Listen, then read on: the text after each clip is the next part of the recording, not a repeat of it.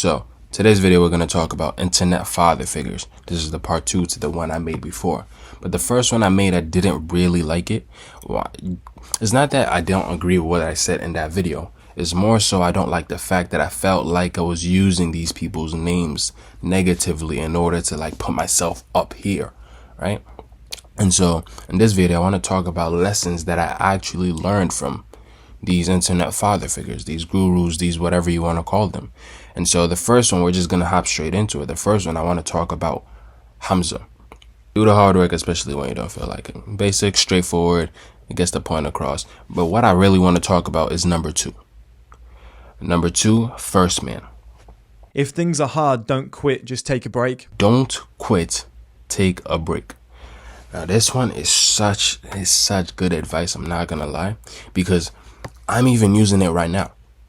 Because I wanted to quit my job. I wanted to just get up and just quit the job because I really hate it, right? Because I'm freshly out of high school and whatnot. So like I'm not adjusted to this lifestyle of just like working, no summer, no break, just working, straight on years and years and years. I'm not adjusted to that, right? These old guys, they've been doing it for a while, so it's like, oh, you took a month break? Yeah, I took a month break. I took a month break because I wanted to just up and quit, and I know that's a bad decision. So this advice, it came to me at the right time. It came like a shining halo from God, and it came to me, and I was like, yeah, don't quit, take a break. Take a break, come back refreshed. So you could use this whenever you're doing something that you feel like, yo, I really don't want to be doing this anymore. I really want to throw in the towel.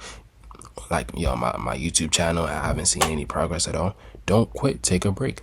Just take a month off, go refresh, go do something else. Just reset everything, and then come back with that ferocity, with that vigor. Stay home. If you want to use ferocity and vigor, you could come back and just be on some chill shit, but you're still like moving forward towards that goal that you set. You know what I mean? So number 2, I really like this one, is don't quit, take a break.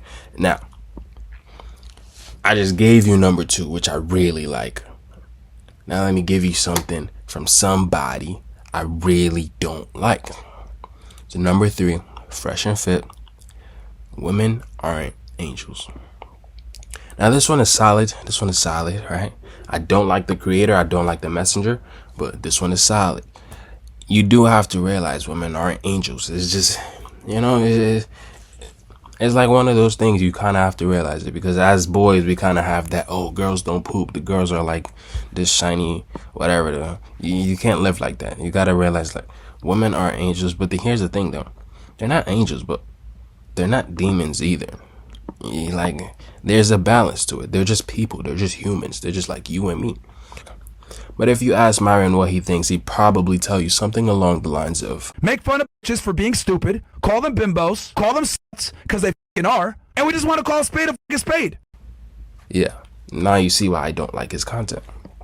Yeah, women are angels, but they're not demons either. They're just people. And the sooner you realize that, the better everything gets for you. Okay? That was number 3. Let's talk about number 4. Iman Gadzhi. Now this one, I don't really have like a saying or something that I directly learned from him, but it's more so just the longevity, the consistency, because this guy's been doing this since he was like 16 or 15, if I'm not mistaken. And it just takes, like sometimes you have to look at somebody and just learn from their actions, not from their words. And Iman Gadzhi, he's a prime example of that. Don't listen to his words, because I feel like, he do be scamming a little bit. He puts off this image of, oh, he made his money from, marketing. When really, I feel like he made it from the courses. But, like if you want to learn self-image and self-branding, you could look at him. Because he does have that authoritative, he speaks with the hand, and he does the gestures like a Obama or something. But yeah, anyways, that's here or there. I'm going off track. Let's go to number 5. Number 5, Andrew Tate. You can't be comfortable being a part-time loser. You can't be comfortable being a part-time loser. Because a lot of us, we kind of have this thing where we get like motivation, and we're like, yo, let's go, raw. I got this motivation. Yo, I gotta do 300 push-ups or whatever the fuck. I'm exaggerating it, but you get what I mean. Like, you get the motivation to do something, and then you do it. Like, you get the motivation to do something you're supposed to be doing, and then you do it.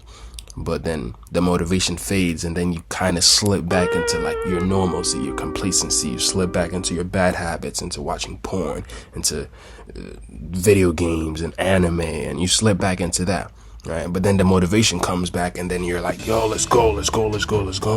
And then the motivation fades, and then you're back on your couch, laying on your back, jerking off.